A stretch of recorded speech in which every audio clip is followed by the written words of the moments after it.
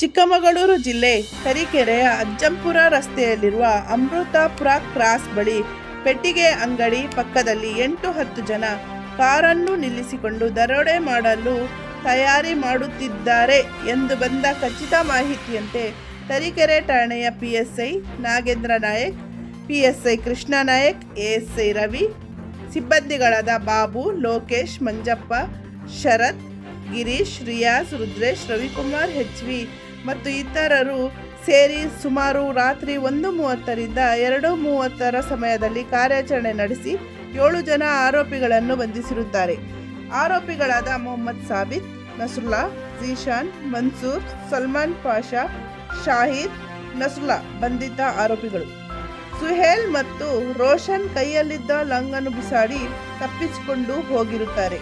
ಮಾರುತಿ ಕಾರನ್ನು ವಶಪಡಿಸಿಕೊಂಡಿದ್ದು, ಇದನ್ನು ಪರಿಶೀಲಿಸಿದಾಗ ಕಪ್ಪು ಬಟ್ಟೆಗಳು, ಬಡಿಗೆಗಳು, ಲಾಂಗು, ರಾಡು, ಪ್ಲಾಸ್ಟಿಕ್ ಕವರುಗಳಲ್ಲಿ ಖಾರದ ಪುಡಿ, ಕೋಲು, ನಾಡಾ ಪಿಸ್ತೂಲನ್ನು ವಶಪಡಿಸಿಕೊಂಡು ಈ ದೂರನ್ನು ತರೀಕೆರೆಯ ಪೊಲೀಸ್ ಠಾಣೆಯಲ್ಲಿ ದಾಖಲಾಗಿರುತ್ತದೆ.